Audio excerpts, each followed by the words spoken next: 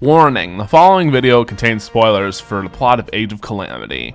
There's a lot of cool stuff that happens in this game, so I would be remiss to spoil it haphazardly. If you care about that sort of thing, play the game. It's good. Okay, enough of that, on to the video. Age of Calamity was a total blindsided release. There was a trailer that dropped at the end of a very short presentation that popped up on Nintendo's YouTube channel with a very little warning. With Nintendo Directs, there's always at least a few days notice, and I feel like this would have been an announcement during a full Direct if current circumstances didn't make Directs harder to put together. The live stream popped up on Nintendo's YouTube channel. It lasted less than 10 minutes, and we got an overview of the game with Aonuma, and then the game released 2 months after that. Since time became sort of homogenous during quarantine, it felt like no time went by at all. This combined with me not watching many trailers led to me not being very excited for the game. It's a bit of a shame too, because this game is pretty good.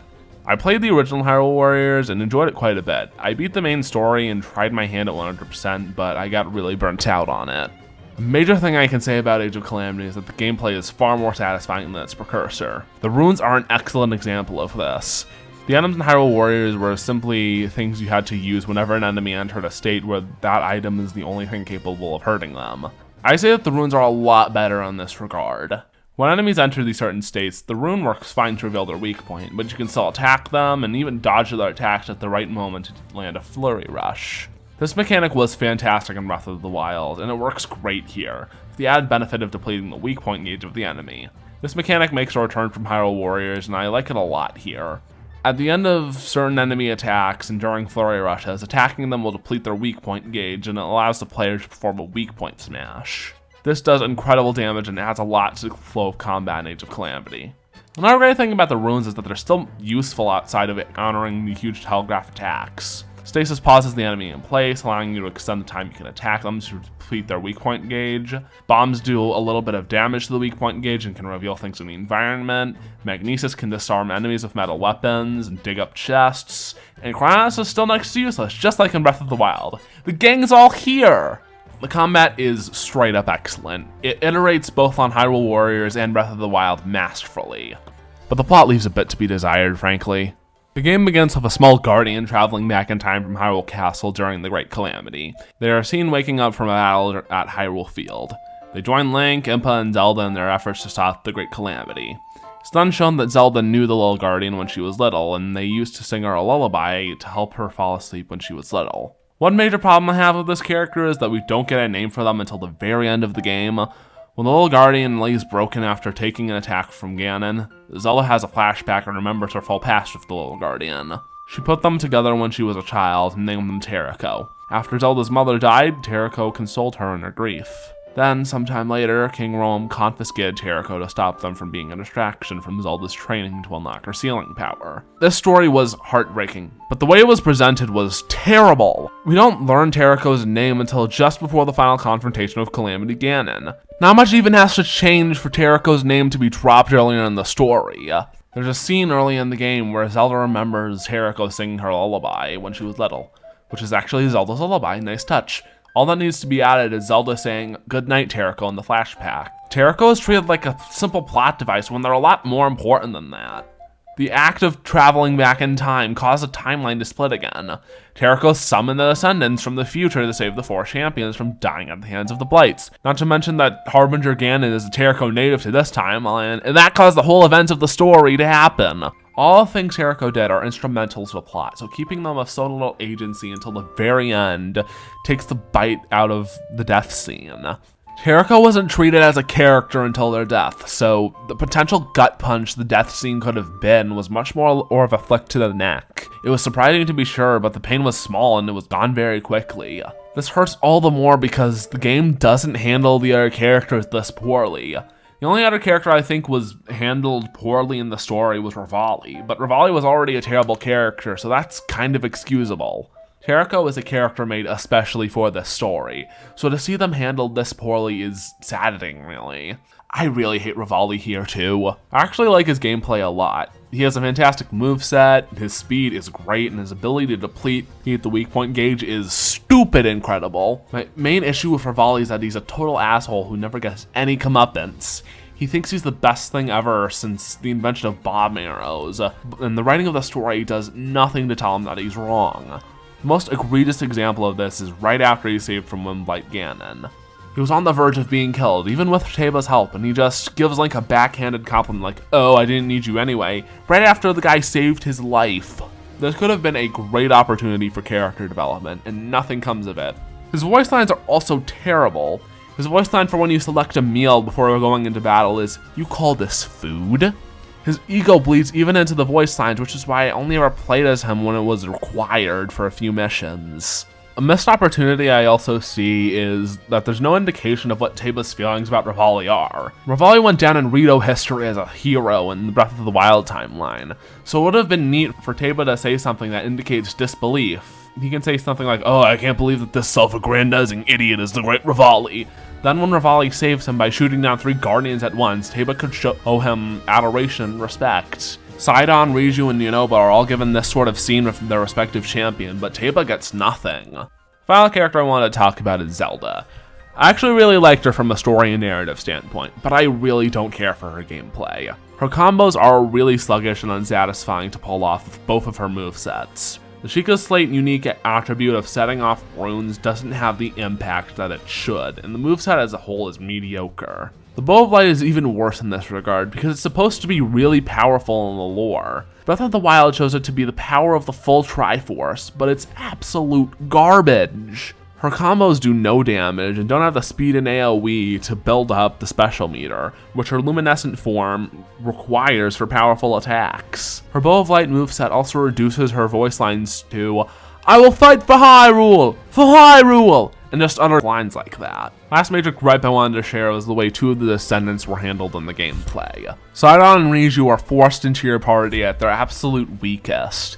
They have level 1 weapons with no buffs, and they don't have any of their extra combos or bonus hearts. Sidon and Riju are the only characters with this problem. The first 8 characters join so early in the story that they don't end up being underpowered. King Rom and Koga both join outside of battle, so you can easily play challenges and do quests to power them up. Same goes for Yunobo, Teba, and the 4 optional characters. This is a massive disservice to Sidon and Riju. They are great characters with amazing relationships to Mipha and Urbosa. The fix for this is so easy too. Just give Sidon and Riju weapons at a level decent enough to give them good enough damage so players aren't turned off by a bad first impression. Okay, that was a lot of negativity. Let's move on to more things that I like. Completing quests is super satisfying. You get so many great rewards for doing them. You simply get rid of your items with a small bit of flavor text as to why, and you get a nice little reward for these bite-sized interactions. A lot of them give new combos and more hearts to your characters, but that's not all of them. Some quests give you new utilities, others upgrade existing utilities, and others give you new recipes for cooking. On that track of mind, I really like the cooking system here. Since Breath of the Wild's cooking system has way too many variables for this style of gameplay, each dish you cook has a predetermined effect and a predetermined number of items that it requires. I think this is a really great decision for translating this facet of gameplay to a different game. You can increase damage, material drops, movement speed. It's yours, my friend, so long as you have the materials. These effects are really good. Stat boost from monster food at the cost of max HP is really great for replaying levels to get the chests and Koroks. Dubious Food has also risen in status from being a mark of pure cooking ineptitude to an increase in rupees at the cost of health, which is really good for grinding. It only applies to the stage bonus though, not the total rupees gained. Either it wasn't programmed right or the localization of the description was wrong. Another thing I like is the challenges. There are these little bite-sized combat challenges you can do to get extra items. Getting these items feeds into completing quests, and completing quests and challenges unlock more quests and challenges. This gameplay loop was so good that I hardly felt like I was grinding by completing them in between story objectives. You also don't see all the stuff that a mission locks behind it when playing, so I don't feel like what I'm doing is worthless because it only unlocks a single square on this massive board! This was the reason I really didn't like the maps in the original Hyrule Warriors, and this is a massive improvement. This game doesn't make me feel like trying to go for 100% is a colossal waste of time. Now for a series of points about this game that I don't know how to segue into each other and are a lot more mixed than the other things I had to say.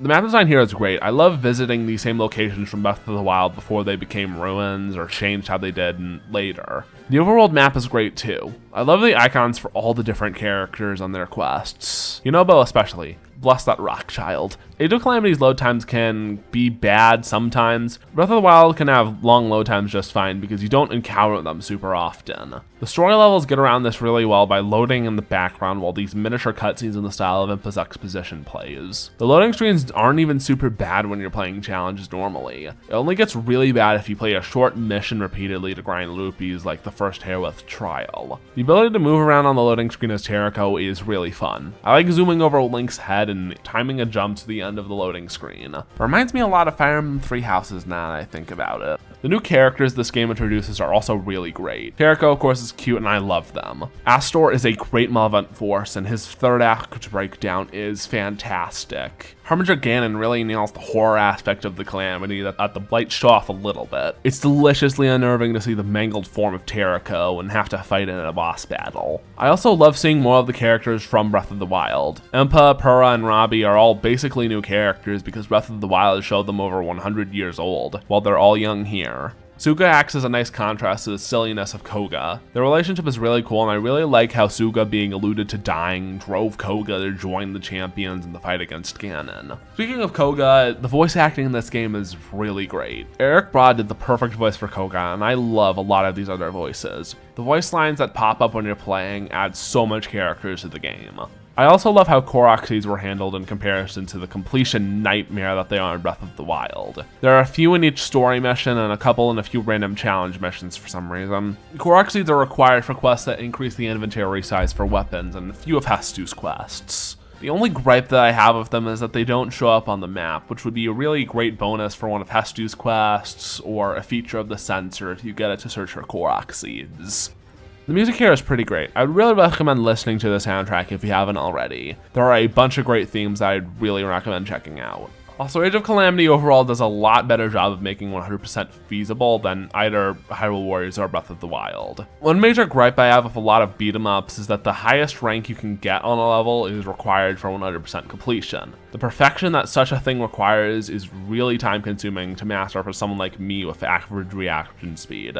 Age of Calamity doesn't have a ranking system, so you don't have to do that for the main missions or the side missions, which particularly would be a nightmare. You do get rupees if you get more KOs or a faster clear time, but it doesn't impact completion at all. All it does is make rupee-based objectives go by faster. Sadly though, the reward you get for 100% is kind of poor. For clearing every quest in the game, which requires beating every single story level and almost every challenge, you get a costume for Link based off his Hyrule Warriors design. This is incredibly lame. There's no final test of strength to unlock it either. The true final level is boss rush against all the forms of Ganon with no rods or healing items, but it's completely optional. There's no fanfare, no "Thank you so much for playing my game." Just a costume for Link that you have no reason to use now because there's almost no game left to play. Actually, let's talk about the costumes in this game for a second. In the original Hyrule Warriors, I didn't like the handling of costumes because most of them were just lame palette swaps locked behind abstruse challenge maps, which I've already said my piece on already. Age of Calamity, meanwhile, gives you almost nothing, and what you do get isn't anything new.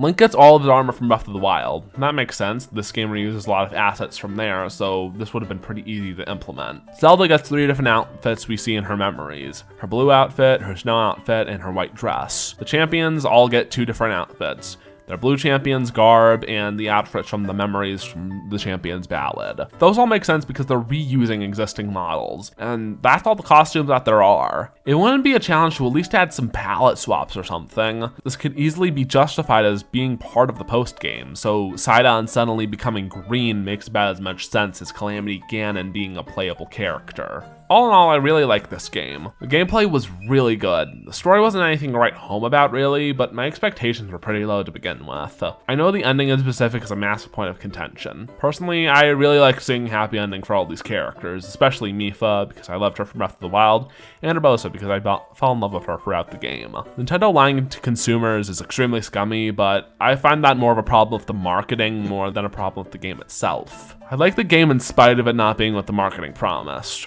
Again, I didn't keep a close eye on any news about the game, so that's probably why my reaction isn't as visceral as everyone else. In short, the game is really good, and I'd recommend it to fans of Breath of the Wild or Hyrule Warriors.